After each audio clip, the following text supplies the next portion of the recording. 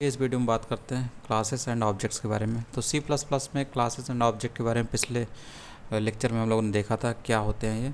यहाँ पर सीधे हम लोग एग्जांपल देखेंगे। तो कुछ चीज़ें यहाँ पर लिखी हुई इनको बता देते हैं कि ये क्या चीज़ें हैं।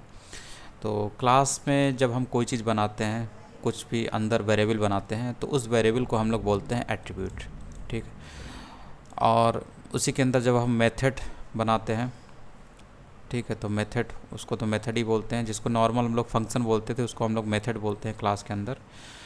और जो क्लास होता है वो जो होता है वो ऑब्जेक्ट कंस्ट्रक्टर की तरह काम करता है। यानी कि क्लास एक ब्लूप्रिंट की तरह है, टेम्पलेट की तरह है, जिसके ज़रिए हम लोग ऑब्जेक्ट बनाते हैं। ये तो हम लोगों ने पहले भी देखा था। और ओवरऑल अगर आप एट्रीब्यूट और मेथड्स को एक साथ बोलेंगे जो कि क्लास के अंदर मौजूद हैं, तो उसको हम लोग क्लास मेंबर्स बोल सकते हैं। ठीक है। जैसे एक साथ आपको बोलना होगा कि क्लास के अंदर कौन कौन चीज़ें हैं, मेथड भी हैं, वेरिएबल्स भी हैं, यानी कि एट्रीब्यूट भी हैं और मेथड भी हैं, या फिर वेरिएबल हैं, या फिर फंक्शन है, तो इनको हम लोग बोल सकते हैं कि क्लास मेंबर्स हैं ये। ठीक है। तो यही चीज़ है। अब सीधे हम लोग क्लास क्रिएट करते हैं। तो सबसे पहले क्लास क्रिएट करने के लिए आपको क्लास कीवर्ड लिखना होता है। ठीक है। और उसके बाद आप क्लास का नाम लिखते हैं, और इस क्लास के नेम में जो पहला लेटर है आपको कैपिटल रखना है। ठीक है। और अगर ये डिस्क्रिप्टिव टाइप का नेम अगर आपको देना है, तो जो भी वर्ड आप इस्तेमाल करेंगे उसके पहले लेटर को आपको कैपिटल रखना है। जैसे माई में एम, क्लास में सी। तो ठीक है। तो ये माई क्लास नाम का एक क्लास है। ठीक। तो आप कुछ भी नाम रख सकते हैं, लेकिन उसका लेटर कैपिटल होना चाहिए पहला वाला। तो क्लास कीवर्ड लिखते हैं, उसके बाद अपने क्लास का आप नाम लिखते हैं, उसके बाद आप कर्ली ब्रेसेस के अंदर सारे मेंबर्स को लिखते हैं जो भी आप रखना चाहते हैं। तो सबसे पहले आपको यहाँ पर दिख रहा होगा पब्लिक और कॉलम। ठीक है। तो इस तरीके से आप एक्सेस स्पेसिफायर देते हैं कि आपके जो मेंबर है अंदर, यानी कि इंटीजर टाइप का एक वेरिएबल है माइनम, और स्ट्रिंग टाइप का एक वेरिएबल है जिसको बोलेंगे, जिसको लिखा हुआ है यहाँ पर माई स्ट्रिंग। ठीक है। तो यहाँ पर दो वेरिएबल हैं, एक स्ट्रिंग टाइप का, एक इंटीजर टाइप का। तो ये क्या है, ये एट्रीब्यूट है ऑफ दिस क्लास। ठीक है। और ये पब्लिक है। तो यहाँ पर आप पब्लिक स्पेसिफायर दे रहे हैं। इसका मतलब है कि इस क्लास के बाहर इन चीज़ों को एक्सेस किया जा सकता है। और एक्सेस कैसे करते हैं आपको पता है, ऑब्जेक्ट बनाकर। इस क्लास का ऑब्जेक्ट बनाकर आप इस क्लास के मेंबर्स को यानी एट्रीब्यूट को एक्सेस कर सकते हैं। ठीक है। ऐसा तभी कर पा रहे हैं आप क्योंकि यहाँ पर एक्सेस स्पेसिफायर दिया है पब्लिक। ठीक। जो कहता है कि हाँ, इस क्लास के मेंबर्स को बाहर से एक्सेस किया जा सकता है। कैसे एक्सेस किया जा सकता है, इस क्लास का ऑब्जेक्ट बनाकर। तो ये कुछ फॉर्मेट है, इस तरीके से आपको लिखना है। और लास्ट में इस कर्ली ब्रैकेट के बाद आपको ये सेमीकोलन देना है, तो जिसे आपको याद रखना है। और उसके बाद यहाँ पर इसको पढ़ लीजिएगा, वही सब सारी चीज़ें यहाँ पे लिखी हुई हैं। उसके बाद क्रिएट एन ऑब्जेक्ट। ये जो आपने क्लास बनाया है, इसकी चीज़ों को आप एक्सेस कैसे करेंगे। ठीक है। तो इसके लिए आप ऑब्जेक्ट बनाएंगे। तो ऑब्जेक्ट क्रिएट करने के लिए आपको क्या काम करना होता है, to create an object of my class. My class क्या है, आपका क्लास है। Specify the class name followed by the object name. तो वहाँ पर आपको क्लास नेम देना होता है, उसके बाद आपको ऑब्जेक्ट नेम लिखना होता है। और जब इस ऑब्जेक्ट के ज़रिए इस माई क्लास के मेंबर्स को आप एक्सेस करते हैं तो डॉट का इस्तेमाल करते हैं। तो सबसे पहले आपका ये माई क्लास है जो कि एक क्लास है, और ये इसके मेंबर्स हैं माइनम और माई स्ट्रिंग। इतना क्लास आपका ये फिनिश हो गया। उसके बाद आप मेन मेथड के अंदर देखते हैं कि इस क्लास का ऑब्जेक्ट बनाया गया है। ये जो आपका है इसका ऑब्जेक्ट बनाया गया है यहाँ पर। ठीक है। तो कैसे बनाते हैं, आपको यहाँ पे क्लास का नेम लिखना होता है, उसके बाद जो भी आप ऑब्जेक्ट उसका बनाना चाहते हैं उस ऑब्जेक्ट का नेम आपको यहाँ लिखना होता है। ठीक है। तो माई ओबीजे नाम का एक ऑब्जेक्ट बन गया इस क्लास का। उसके बाद आप इस क्लास से संबंधित जो मेंबर्स हैं उसको एक्सेस कर सकते हैं। तो एक्सेस करने के लिए आपको ऑब्जेक्ट लिखना है, और उसके बाद डॉट लगा के ये जो माई क्लास था इसके मेंबर्स को लिखना है। तो यहाँ पर इसको एक्सेस किया तो लिखेंगे माई ओबीजे डॉट माइनम, क्योंकि माई ओबीजे क्या है, ऑब्जेक्ट है। और इसी ऑब्जेक्ट के ज़रिए इससे संबंधित जो क्लास है, यानी कि ये इसके अंदर माइनम नाम का जो मेंबर है इस क्लास का, उसको आप एक्सेस कर रहे हैं। यहाँ पर डॉट लगा के एक्सेस किया, उसके बाद उसे वैल्यू सप्लाई कर दिया 15। तो ये जो 15 है ये सेट हो जाएगा इसी माइनम की वेरिएबल में, ये 15 सेट हो जाएगा। तो माइनम की वैल्यू क्या हो जाएगी 15। उसी तरीके से आप इसकी मेंबर है माई स्ट्रिंग जो वेरिएबल है, इसे भी आप वैल्यू सप्लाई करना चाहते हैं तो इसी तरीके से जैसा आपने यहाँ पे किया उसी तरीके से आप यहाँ पे कर सकते हैं। तो माई ओब्जेक्ट डॉट माई स्ट्रिंग और यहाँ पे स्ट्रिंग वैल्यू आपने लिख दी, ठीक है। उसके बाद आप ये जो क्लास था जिसे आपने इन तरीक़ों से ऑब्जेक्ट बनाकर वैल्यू सप्लाई कर दी, उसके बाद आप इस क्लास की चीज़ों को फिर से एक्सेस करना चाहते हैं, यानी माइनम की वैल्यू को एक्सेस करना चाहते हैं, माई स्ट्रिंग की वैल्यू को एक्सेस करना चाहते हैं।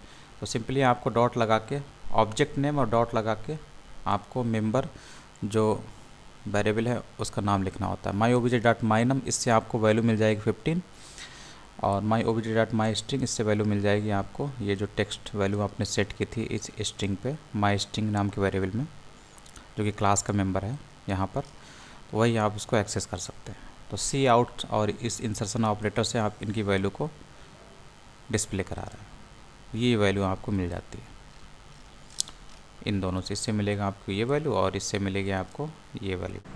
यहाँ पर जो हम लोग बोल रहे हैं कि ये जो माई स्ट्रिंग है और माइनम है ये ऑब्जेक्ट क्लास के मेंबर्स हैं जिसको आपने ऑब्जेक्ट के ज़रिए वैल्यू सप्लाई कर दी। एक्चुअल में ये ऑब्जेक्ट के ही मेंबर बन जाते हैं, क्योंकि जो क्लास होता है वो ब्लूप्रिंट होता है ऑब्जेक्ट बनाने के लिए। इसका मतलब है कि ये जो जितने भी वेरिएबल हैं, ये जो जितने भी मेंबर होते हैं क्लास के जिसको ऑब्जेक्ट बनाकर वैल्यू सप्लाई की जाती है, वो एक्चुअल में ऑब्जेक्ट के अब वेरिएबल बन जाते हैं। ऑब्जेक्ट जैसे चाहे उसको इस्तेमाल कर सकता है। इसके बाद है मल्टीपल ऑब्जेक्ट्स। तो एक क्लास से आप मल्टीपल ऑब्जेक्ट्स बना सकते हैं। तो ये तो हम लोगों ने पहले ही देखा था, जो आपने यहाँ पर पहले एग्जांपल में देख लिया था कि किस तरीके से यहाँ पर आपका पिछले लेक्चर में देखा था कि एक क्लास है फ्रूट नाम का, उससे आपने मल्टीपल ऑब्जेक्ट्स बना लिए। एक एप्पल नाम का ऑब्जेक्ट बनाया, एक बनाना नाम का बनाया, एक मैंगो नाम का बनाया।